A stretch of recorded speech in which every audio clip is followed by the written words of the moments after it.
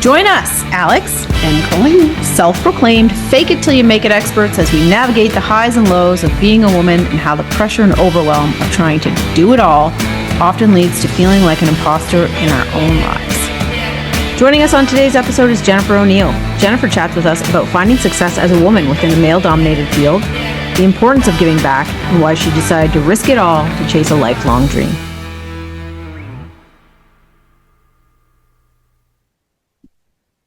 Welcome. Hi, Alix. Hi, Colleen. Do you want to talk about your snafu? Yes. We are actually doing a take 2 on this episode because I hit the mute button the first time, and it was very upsetting. So our guest was kind enough to come back again, and I have already tested 3 times before we started. Here's how we hit the mute button. Because I am short. You are like right in the line. Look at the camera. Like you're like, this is right in your way. I know. So, but we went to move it, and I hit mute, so I'm never touching it again. Well, we are on take 2 of our lovely guest, Jennifer O'Neill. Yay! Thanks so much for coming back. Thank you. No problem. But you know what, this is, we knew in the very beginning to bring on friends that because we don't know what we're doing, right, guys. We're just going for it. And we on purpose brought in some people that we knew if we messed up, they would forgive us. I forgive you both. Thank you. Thank you. Thank you. So I want to start with talking a little. Jen's my friend. Jennifer's my friend. Jennifer is new to Alix, but Jennifer and I have known each other for a couple of years now. So I want to tell you a little bit about how I met Jennifer and what I saw when I met her, because one of the things that we do at the beginning of every episode is tell the guests how we see them and then ask them to tell us how they see themselves. So here's what I saw. I was in a business group. I was asked to be in this phenomenal business group. And it was our first session. And Jennifer blew into the room in the most lovely outfit and a fabulous purse, and her hair was flowing. And I felt like right frumpy and like I was, it was one of those moments that I was like, oh God, I don't fit. Because you just looked so successful and so with it, so together, and you are. But so that's what I saw, and we've gotten to know each other super, super well, and we've now, I know you're also about the cozy clothes and the beach wear, and you're not all just the professional dress and whatnot. Far from I don't wake it. up like that. No, it's a lot of work. But this is a lot of work. But that is what I saw, and you present yourself, and you're very professional. What do you see when you look in the mirror? So when you're getting ready for work, who is Jennifer O'Neill? What do you see? Well, I'm very hard on myself. So when I look in the mirror, I see a few wrinkles, definitely some extra pounds. I'm very hard on myself. I see somebody that is some days just trying to keep it together. Struggling a little bit here and there, trying to keep it together. Yeah, it's been a tough couple of years too, added to that. Yes. It's trying to keep it together. Jennifer's a neat lady.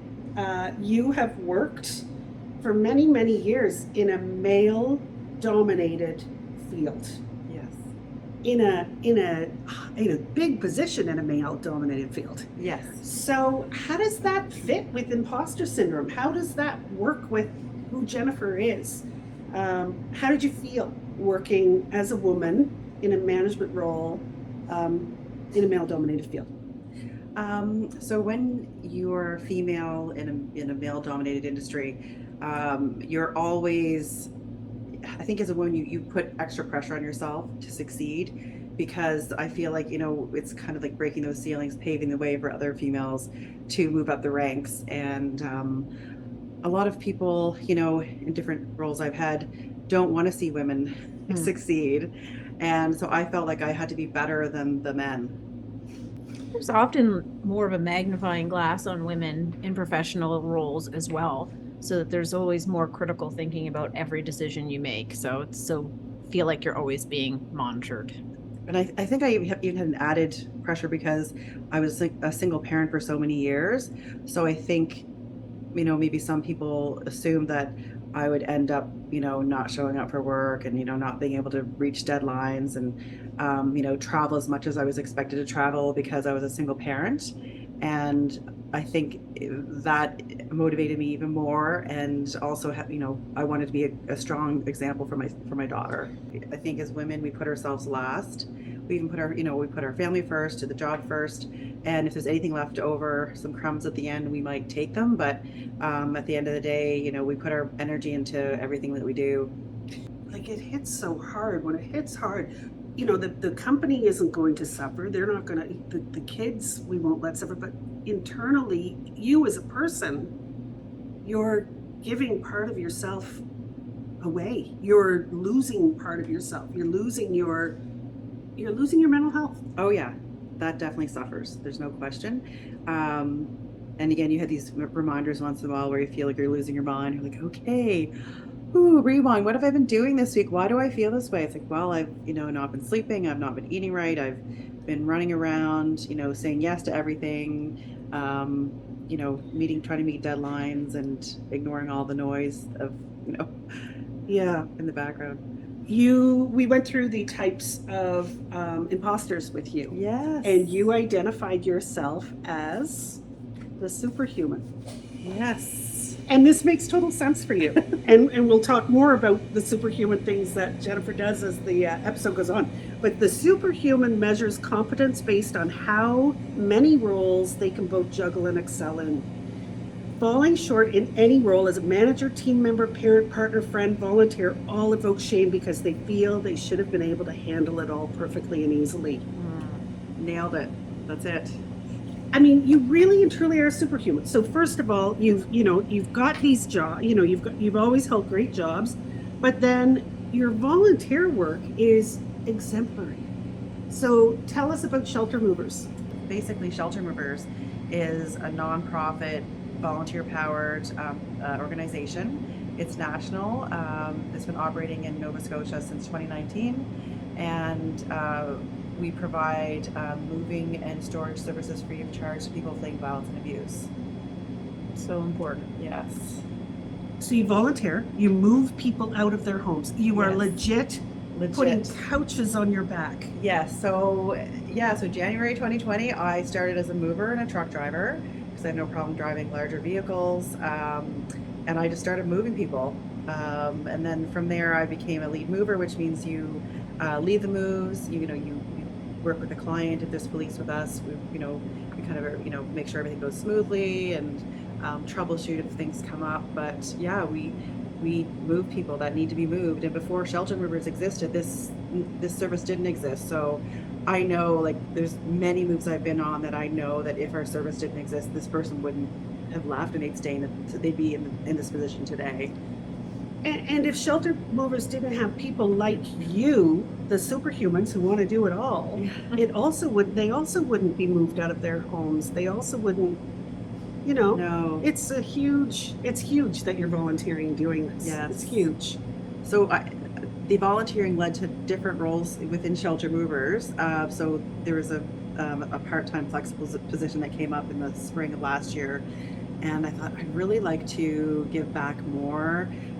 Continue still doing moves, but taking this part-time flexible position where I could help with more leadership, for Nova Scotia, with Shelter Movers, and so I did take on a role as a small paid role, and then now I'm the chapter director. That I didn't plan that.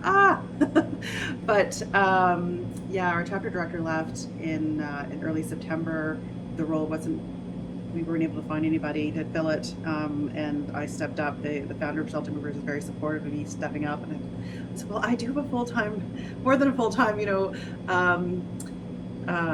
role as a realtor. That's a 7-day week, role, but this was still a part-time flexible, so I did take it on, and here I am.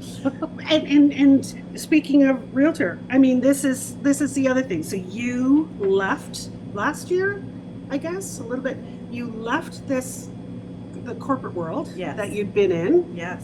and you chased a dream. I You did. you just decided to go for it. You became a realtor. You did all Yes. your study. You Yep. threw yourself into it. You did your courses, and now Here you're I a am. realtor. Yes.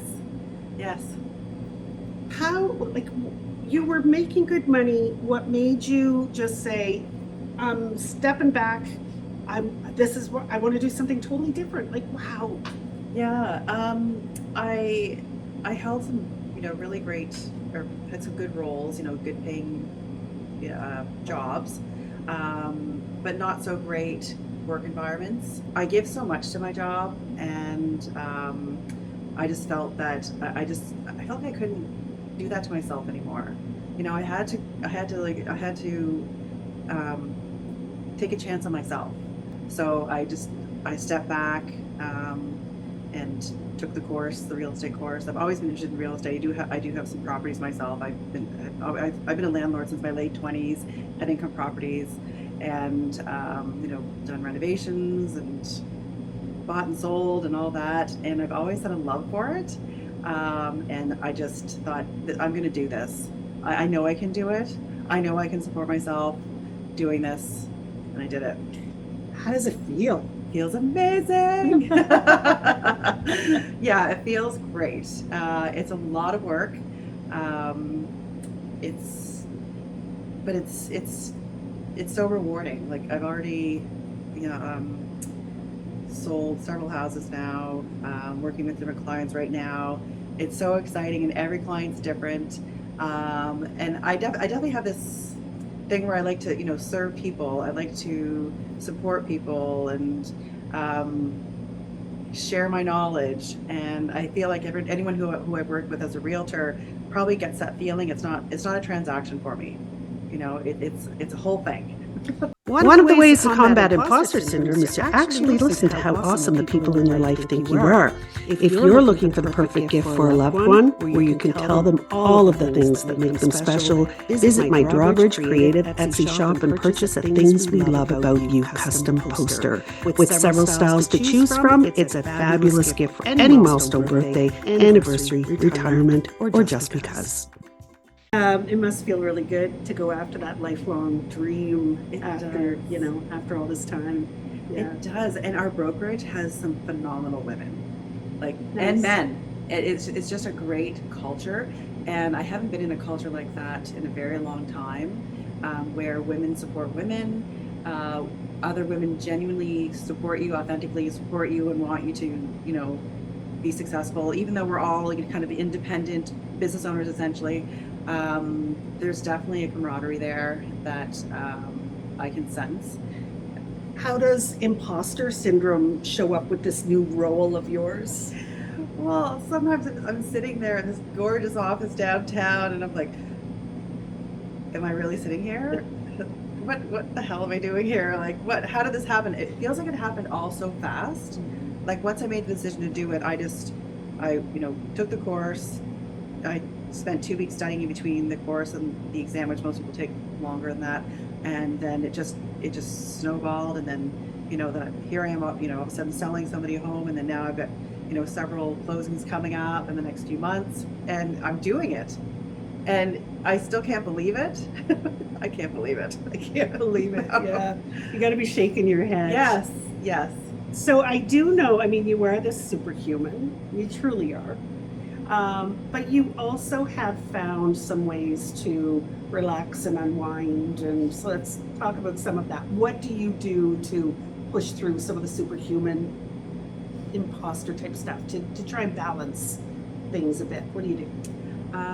When the weather's nice, I have a place in the North Shore. Well, I had a place. You had a place. I had a place. It kind of blew 40 feet in the air and destroyed. Fiona ate it. Yeah. Terribly spit it upset. out. You need to rebuild that. Oh yeah, it's so important to have those outlets when you're a high achiever, which you clearly are, and always going after the next goal and achievement and succeeding.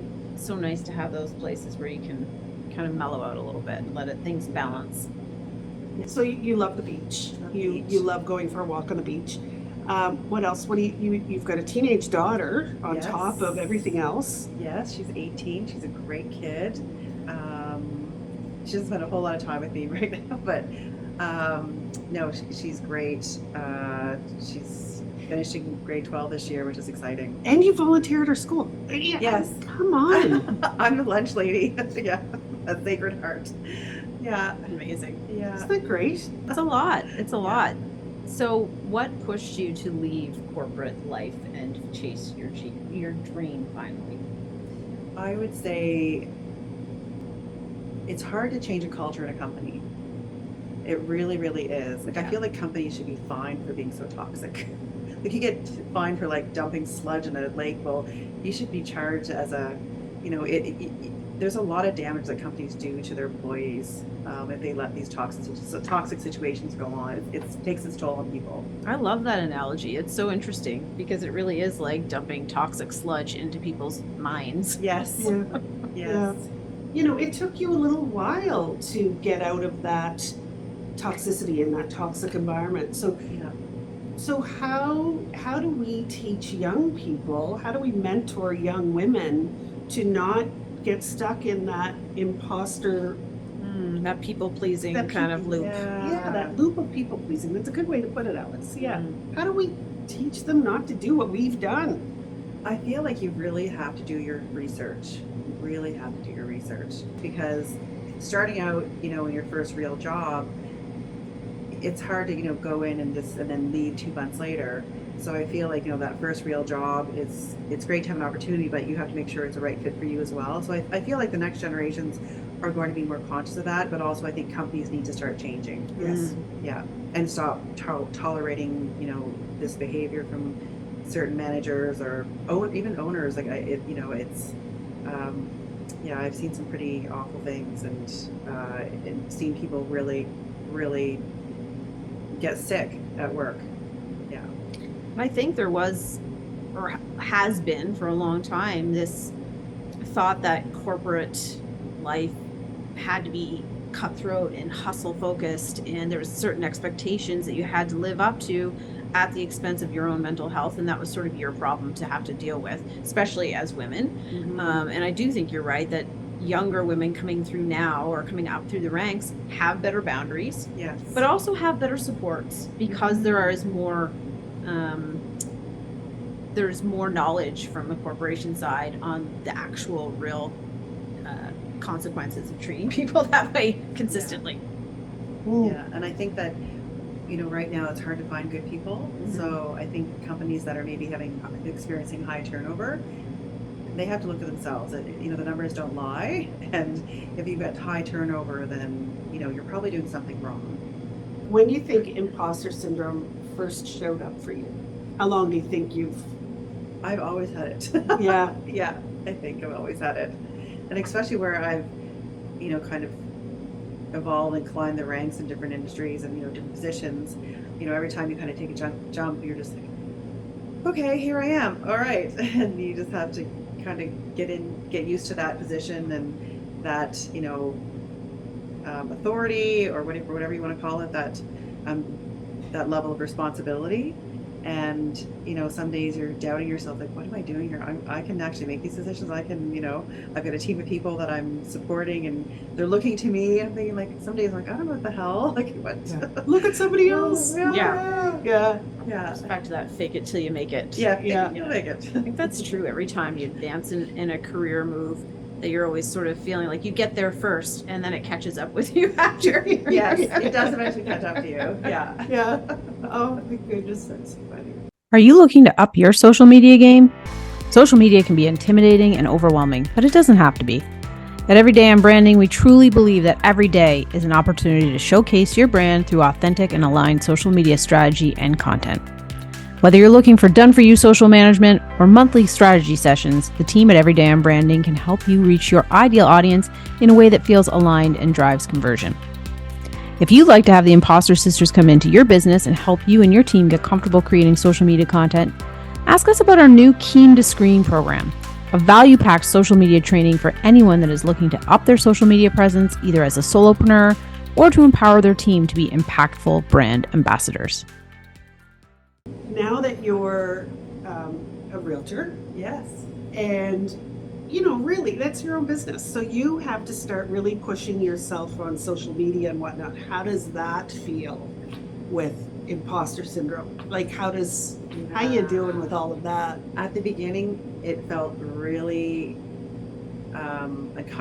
uncomfortable to say the least. I've just tried to stay authentic and be real, and you know, But I think that's important. I think that when somebody's looking to buy a house, they want to connect with the person selling the house to them. They want to make, you know, so putting it's the best way to do it is to put yourself out there and show people who you are. Because they're not looking to buy a house from a stranger. No, they want to know that you understand their wants and needs, but I think you're right. The more you do it, the more comfortable it gets, and it's like anything new when you're sort of have that self-doubt, but the more you do it and the practice, but I feel like it really comes through when you're just being yourself. Yeah, I agree. One of the things I've gotten to really learn from you over the last 4 years of working with you is how kind you are and how supportive you are. Like, no matter what I do, you're out there sharing it, you're pushing it, you're patting me on the back, you're taking me for coffee, saying rah rah, doing a good job. Like, that is just inherently who you are. So expand on that. I think it's so important to support each other, especially women supporting women.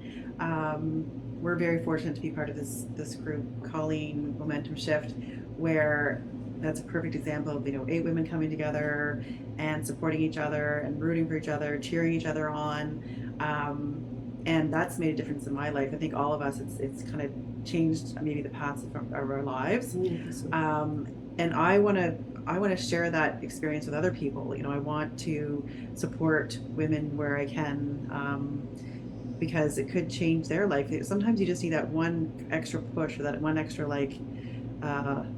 kudos for something.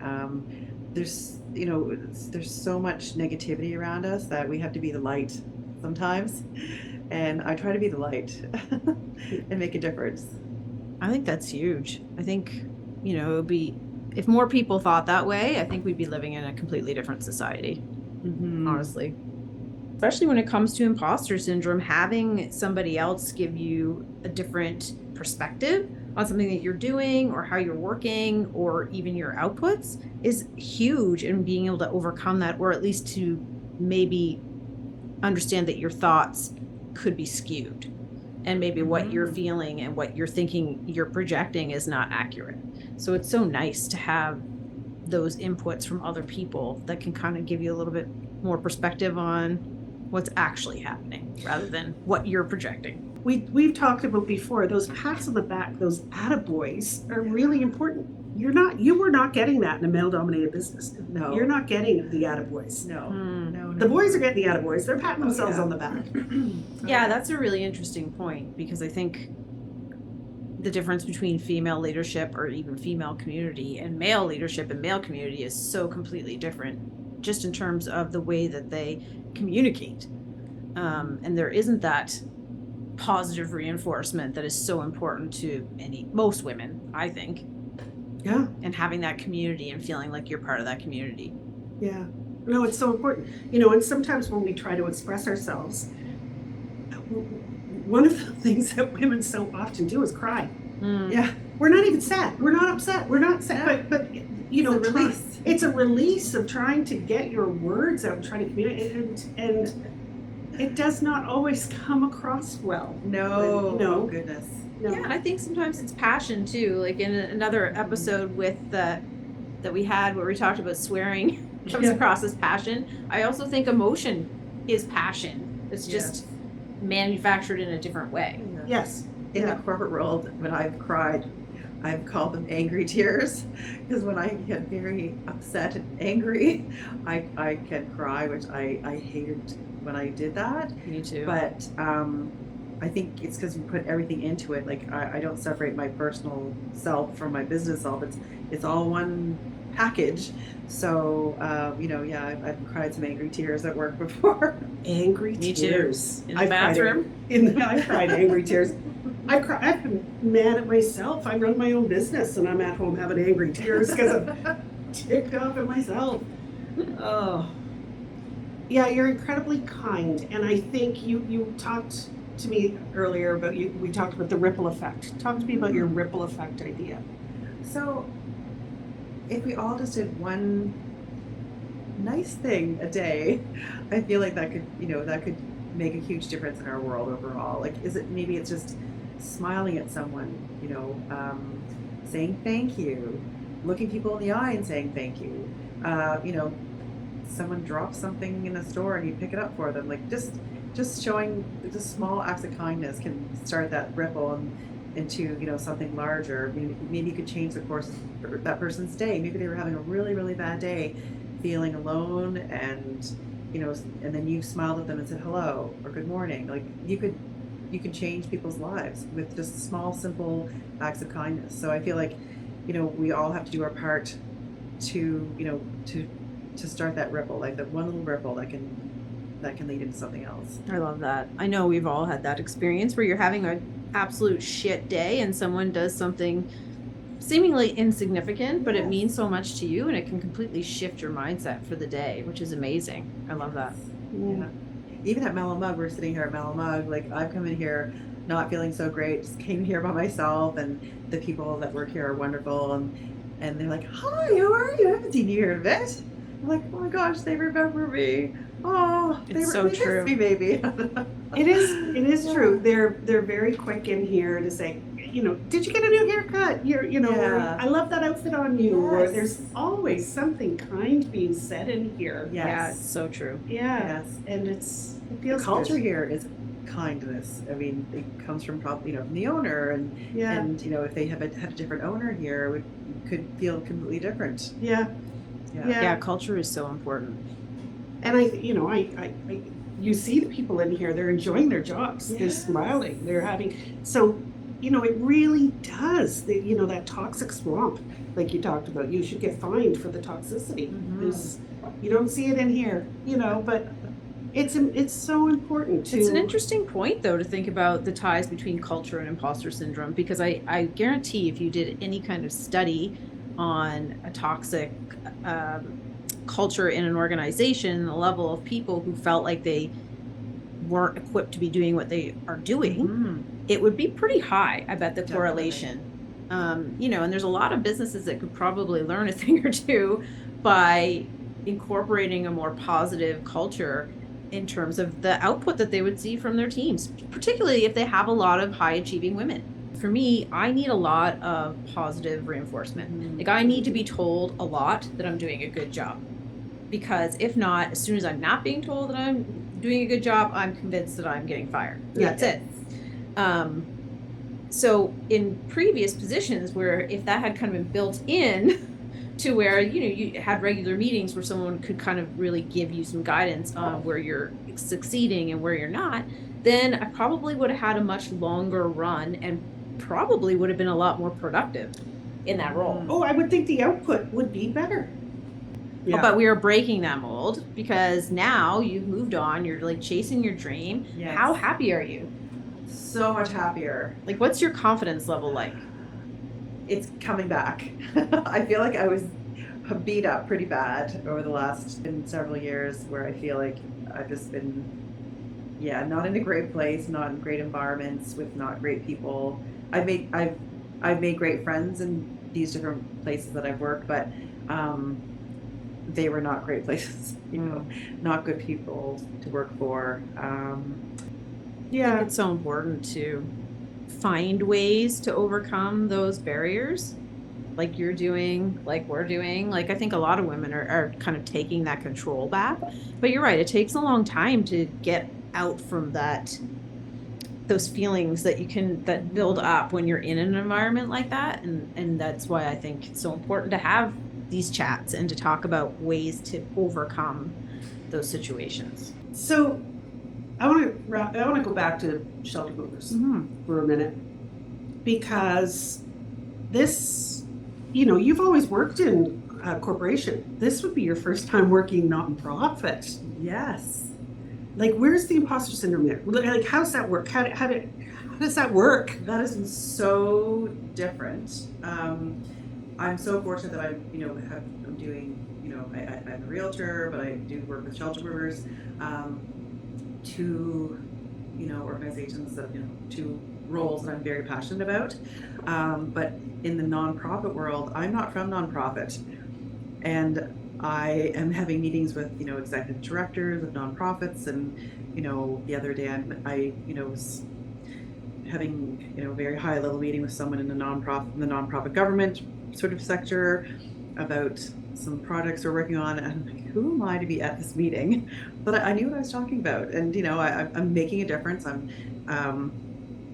Basically our goal is to, service more areas and, service more clients. So yeah, we're doing it. I'm doing it. But some days I'm like, how did I end up here? It happened so fast. Yeah. Do you feel you belong? I do actually. Yeah, I love the culture at Shelter Movers. It's incredible. The people are wonderful. I've met the most generous, passionate people that want to make a difference in our world and are making a difference in our world. Like, they're making a difference every time they wake up, I believe. I'm glad that you not coming from that world and not being that you still went in there. You still went for it. You still put yourself in there because it's really needed, Yes. And it had to be a little bit of an odd role for you to go into. And I think I was definitely able to use my corporate, skills in this job. I'm applying those skills because there are some employees that at Shelter Movers in Nova Scotia. So I do have some people that report to me. They're very independent. They're amazing people. It's a lot of work to get all these moves to happen. So there's operations and volunteer services, and the people in those two roles are incredible. And we continue to do moves almost every day, every second day in Nova Scotia. It's been so busy. I think it's really interesting, the imposter syndrome, how it shows up there for you, because I think we get so caught up in the way things are supposed to go Yes. that when we do it a little bit differently, that feels like imposter syndrome, even though it's not necessarily worse or better. Sometimes it is better, but it's because you haven't done it and you feel like it's supposed to go a certain way that sometimes we don't trust our own intuition, which can sometimes make better processes and systems. So I think that's really interesting, seeing as like you thrived in corporate world and thrived as realtor, and then are clearly thriving in this nonprofit role as well by implementing maybe a different approach. Yes. Which I think is important. People have to remember that it doesn't always have to be done the same way all the time to get to the same result. Yes. Yeah. Serving up hot brews, refreshing cold drinks, lots of fresh baked goodies, and delicious lunch options. Visit the Mellow Mug in the heart of Larry Utech for dine-in, takeout, or drive-through service. Their spacious cafe offers a casual and inviting vibe that's perfect for everything from enjoying a good book, hanging with friends, or meeting a colleague. The Mellow Mug is your neighborhood spot for great coffee and delicious eats and sweets. Well, it has been a joy to have you on this podcast. Twice. Yeah. We did not ask the same questions No. both times. So, floating out there somewhere in the ether is a whole other podcast. A whole other podcast. A whole other I'm sure this one is better. I think This so. one's definitely better. Yeah. Yeah. But thank you. Speed round. It's always fun to be with you. I'm ready. All right. Speed round. I sang that because you always sing it. I know. Because my husband sings everything, so it's Does he? something that I've picked up now, and it's super annoying. Like, I never used to do it. I never used to sing, but now like my son sings everything, and I sing everything. We're all just singing all day long. It's kind of ridiculous. That's But happiness though. Good. I like it. Yeah. I'm like, when did I become this person that sings things? All right, speed round. 5 questions where we just ask you silly questions, and you answer them as quick as possible.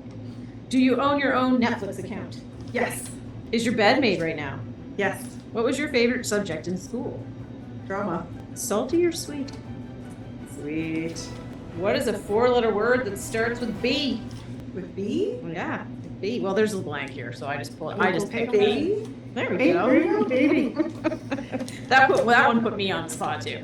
No, because you have to come up with the B. That was hard work, That Colleen. was hard.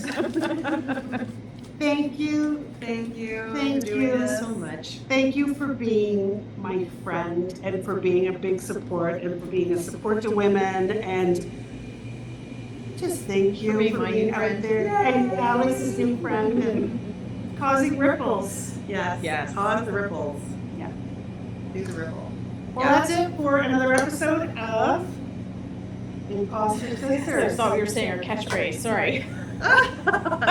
Take 2. Ah, all right.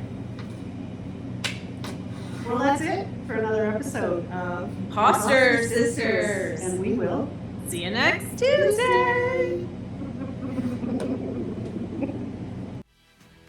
Thanks so much for tuning into this episode of Imposter Sisters. Please remember, we're not doctors or mental health experts. If you're looking for mental health guidance, please see our show notes for local resources. We'd like to thank our location sponsor, the Mellow Mug, located at 64 Delridge Lane, for donating this amazing space for us to have these important chats and for supplying us with drinks and goodies. Please give them a follow and make sure to stop in to see this beautiful spot for yourself. Until next time, keep your head high and we will see you next Tuesday.